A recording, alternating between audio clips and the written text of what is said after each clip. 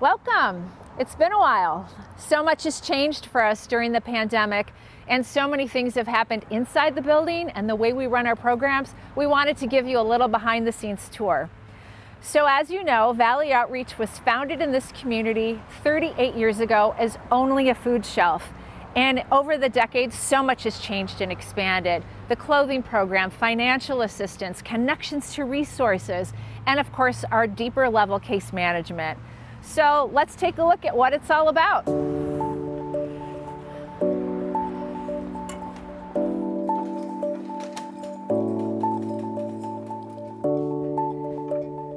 People seeking support will always be met by a volunteer or a staff member here in the lobby or in the parking lot at their car. So when you come here, it's an easy way to check in. You can do it on your phone, or if you don't have a phone, someone will check you in using one of our tablets. To sign in for services, we just ask for a few questions. And when you text the word visit to your phone, you're provided a link that allows you to give us basic information. And as soon as you do that, you're checked in and you're in line for service, whatever that may be. If you prefer to stay curbside, you can order on your phone or from our tablet, and we'll pack the food in here and bring it to your car. If you'd like to do in-person shopping, let's get a sense of how that works. In the last year, we have invested considerable time and money into building the capacity of all of our programs, but no place is it more visible than in our core program, our Valley Outreach Food Shelf.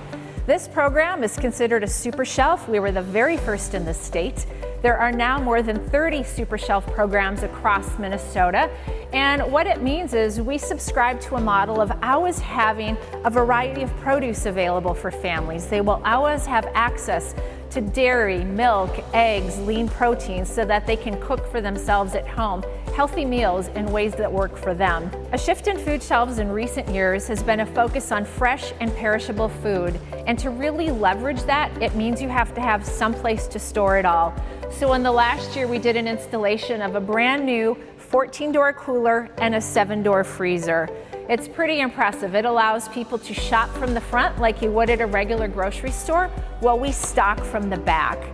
One of the things people don't understand when they first come in here, they look and they go, wow, that's amazing. How did you afford it? And we afforded it because during COVID, the federal government had dollars available for food shelves all across the country.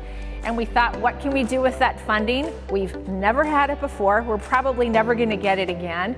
And we decided to absolutely go deep into building up the programming. Our clients have loved this. It feels very normal to come in here and shop like you would for a grocery store and choose what works for your family. When people shop, we offer them a list of guidelines. It has suggested quantities, and people can choose what works for their family. They do not have to take everything that's on the list, but they can select what their kids will eat, what they will eat. At the end of their shopping visit, everything is put up onto a scale and weighed out. And this is an important point. It doesn't matter how much it weighs or how much a family takes, but it's one of the ways that we track what comes in and what goes out. It allows us to track trends in usage over time and helps us better stock the inventory for the organization. So to recap, there's 3 ways you can connect for food here. You can do the curbside drive up, you can come to shop in person, and we also offer home delivery 3 days a week for people who don't have access to a vehicle or don't drive or have a health condition that prevents them from driving. Okay, running the food shelf we do means there are lots of moving parts. Everything that comes into this building and everything that goes out of this building is weighed. We are also moving thousands of pounds of food every day. Sometimes we are moving thousands of pounds of food on the hour. We have a couple different things happening back here. One of the big parts of our program is what's called retail rescue, and those are products that are picked up from grocery stores that are just at or just past expiration. One of the things that's interesting and we spend a lot of time doing is myth busting on expiration dates and what is best by. Food waste is a pretty significant problem in this country, and by taking in retail rescue, we're keeping things out of the landfills, and we're still moving on, again, in that cycle of stewardship, really good products to people who really want healthy, fresh items. If you're one of those people who loves a logistical challenge, we would welcome you to come back into this warehouse and spend some time volunteering. We are excellent stewards of the resources that the community gives to us. And I think this is one of the prime examples.